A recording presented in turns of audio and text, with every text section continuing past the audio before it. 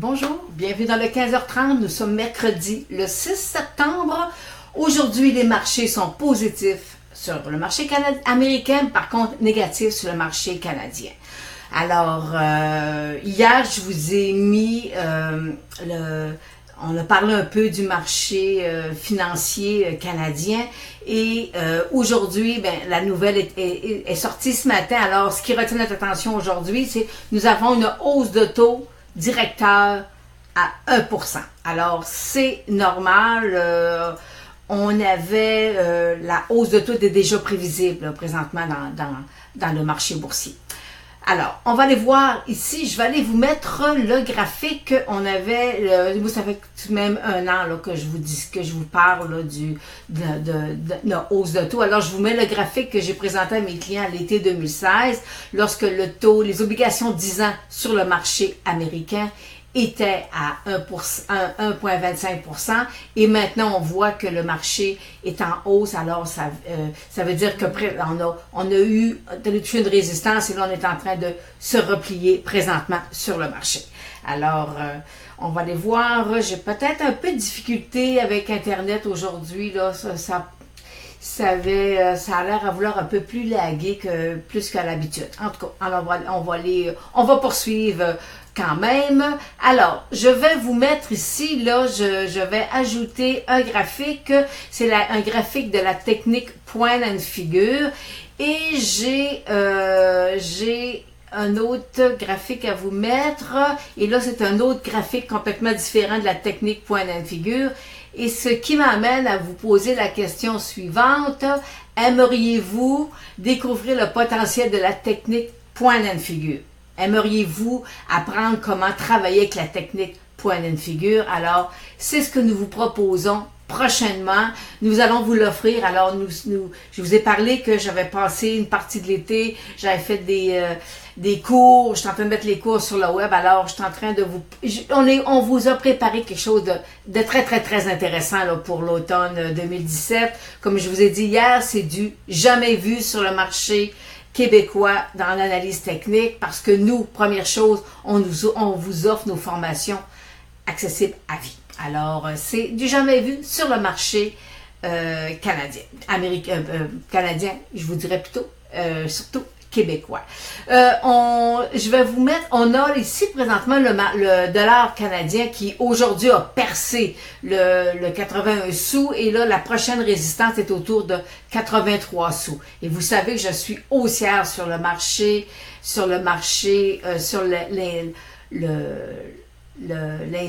pas l'indice, c'est un ETF là, qui représente là, le dollar canadien. Alors, je suis haussière et je reviens, je vous remets ça et ça, c'est ce graphique-là qui est le potentiel haussier sur l'indice canadien. Alors, c'est quelque chose qu'on va vous présenter là, je vais vous présenter l'analyse, la technique point and figure, parce que moi, la technique point and figure, c'est une technique que j'utilise. Aussitôt que j'examine un graphique, c'est la première chose que je vais voir, et où est ma technique point and figure. Pour moi, c'est excessivement important.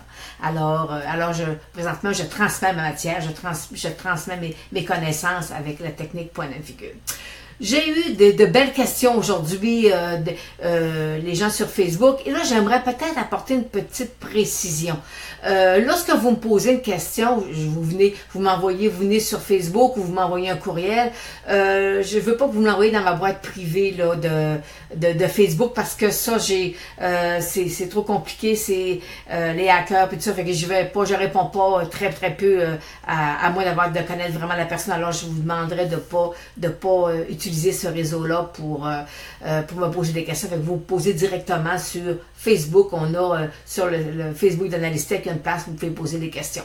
Et ensuite, vous me faites des demandes d'amitié sur le profil Lynn Rivard parce que, vous savez, avec Facebook, pour avoir un profil d'entreprise, on doit avoir un profil personnel. Alors, ça me fait plaisir de vous accepter, sauf que je vais en avoir une photo. Moi, une fleur, ça ne m'intéresse pas. Alors, je vais en avoir une photo. J'ai besoin de savoir aussi, si vous n'avez pas d'amis, je vous dis que je suis sélective, parce qu'il y a beaucoup de hackers présentement malheureusement sur Facebook. Là. Alors, les gens se font voler le profil. Alors, je suis un peu plus sélective. Alors, quand je vous accepte, dites-vous bien que vous êtes un privilégié. Alors maintenant, petite question que j'ai eue de Lucie, qui me demande le titre de McDonald's. Et là, elle me pose deux questions. La première des choses, c'est un titre qui verse un dividende. Et vous pouvez noter, je vais aller voir mes notes. C'est un dividende de 2,14. Il va être ex-dividende à partir du 14 septembre. Et j'espère que ça comprend maintenant la date de règlement de 2 jours. En tout cas, je sais pas. C'est un titre qui est intéressant. Moi, ce qui m'intéresse présentement, j'ai une belle accumulation sur le titre. J'ai ma moyenne mobile 200 jours, il veut la percer. Alors, on pourrait avoir possiblement un rebond jusqu'à 80 $, possiblement. Mais si jamais il veut recasser, faites attention parce qu'on aurait peut-être une autre jambe baissière qui pourrait arriver sur le titre. Alors, je suis à court terme, on pourrait avoir un rebond jusqu'à 80, mais faites attention pour si jamais il cassait, qu'il ne voulait pas venir au-dessus de mon mobile de 100 jours, je vous demande d'être prudente ici.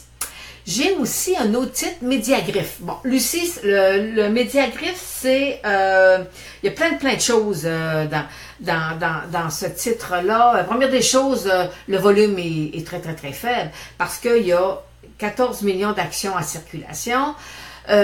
Aussi, la compagnie fait un rachat d'actions. Elle rachète pour 250 000 actions. Elle a l'autorisation de faire le rachat d'actions. Alors, ceci va avoir pour effet d'augmenter le bénéfice par action lors du prochain bilan annuel. Bon, ça, c'est positif. Le volume moyen est de 6 200 actions par jour.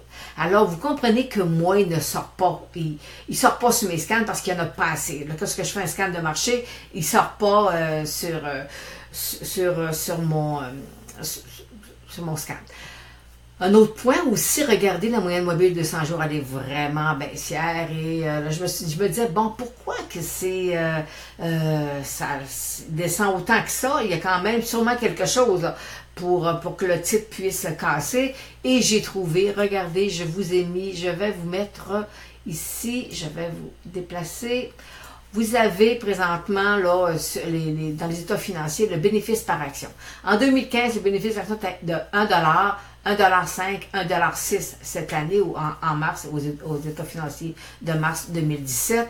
Alors, il n'y a pas de croissance. La croissance n'est pas là. Je suis allée voir les estimés de la prochaine année. Sont à 99 sous, puis peut-être même en dessous de 90 sous. Alors, tout dépendant, là. Alors, c'est ce qui justifie présentement pourquoi le titre ne s'apprécie pas, que le titre corrige, parce que les bénéfices sont pas au rendez-vous. Et ça, voyez-vous, le bénéfice, c'est le nerf de la guerre lorsqu'on est dans le marché boursier.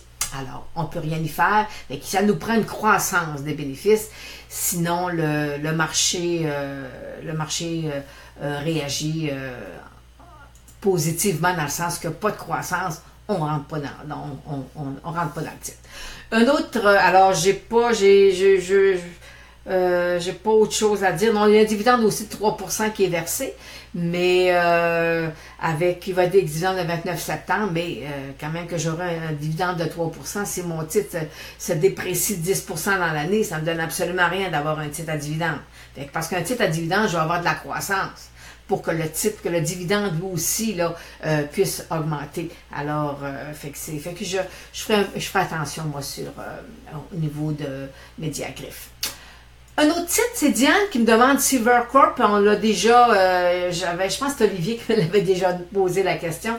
Alors, voyez-vous, on est dans un couloir baissier. Il faut qu'il perce par en haut. Ou il revient, là on est sur sa moyenne mobile 200 jours, mais voyez-vous, comme lui aussi, il n'y a pas beaucoup de volume présentement. Là.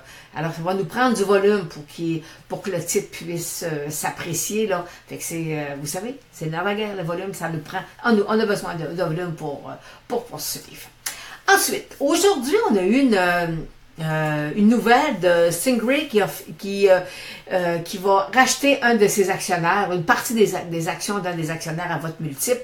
Et puis là, je trouvais ça, je vais me tasser pour que vous voyez bien le graphique. Ce titre-là, lorsque il a fait son entrée en bourse à l'été 2015, ou au début de l'été 2015, ou en tout cas, ça a été un titre qui a été, moi je l'avais analysé, puis je disais, c'est un titre qui est bien évalué, puis fait qu'il il est rentré sur le marché boursier, il a monté, il s'est replié, ce qui est tout à fait normal, et par la suite, il monte graduellement, c'est un beau, il y a des replis, mais ça a tendance à aller quand même haussière.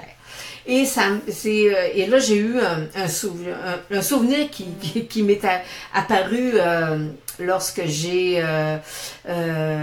Stingray est rentré en bourse. On a eu en même temps le titre de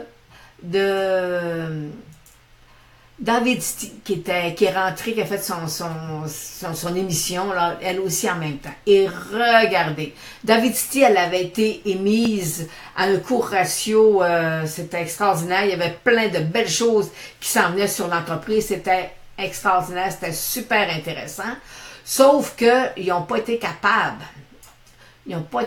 par la suite d'être capables, ils ont dû radier dans les mois qui ont suivi, là, je dirais même des semaines qui ont suivi la nouvelle émission, ils ont radié, ils ont fait il y avait des radiations c'était des dépenses, je pense, lors de l'émission, puis en tout cas, c'était quelque chose d'invraisemblable, mais c'est arrivé. Alors, voyez-vous, Davidsti a continué à percer, fait que de 30 $, il a descendu à 5 $ US, tandis que Stingray a corrigé, puis il a percé, il a continué, il descend, il remonte. Alors, fait que c'est un titre qui devrait continuer à bien faire. Malheureusement, pas énormément de volume non plus sur le titre de Stingray. Alors, qu'est-ce que vous voulez? Ça fait partie de la vie. Alors, on va terminer la journée aujourd'hui. On va retourner voir les marchés. Le Dow Jones est en hausse de 78 points. Le TSX est en baisse de 18 points. Le pétrole tout à l'heure, avait traversé le 49 $. Je vous ai mis hier l'analyse du pétrole là, sur mon point d'entrée, fait que je suis au-dessus de 49 $, ce qui est bien. Et l'or est à 1332, un peu en repli. Alors, puis pour les clients d'Analystech, là, aujourd'hui, vous avez plusieurs titres là, du secteur de la finance canadienne avec des cibles et oui, et aussi vous avez allé voir sur le site là, les clients d'Analystech, j'ai un titre avec une croix de la mort. Alors, est-ce que je vous la présente bientôt? Peut-être que oui, peut-être que non, je vais voir. Alors, tout dépendant de ce que le marché va m'offrir. Alors, sur ça, je vous souhaite une bonne fin de journée. On se revoit demain. Et demain, on va aller voir aussi, on va regarder voir quel secteur qui est intéressant. Et on va... j'attends vos questions parce que j'aime ça avoir, voyez-vous, aujourd'hui j'avais 2 titres qui m'emmènent complètement ailleurs que des titres que j'analyse pas régulièrement. Et fait que c'est intéressant. Puis là, j'ai un titre que je veux vous parler, mais là, j'ai un blanc de mémoire.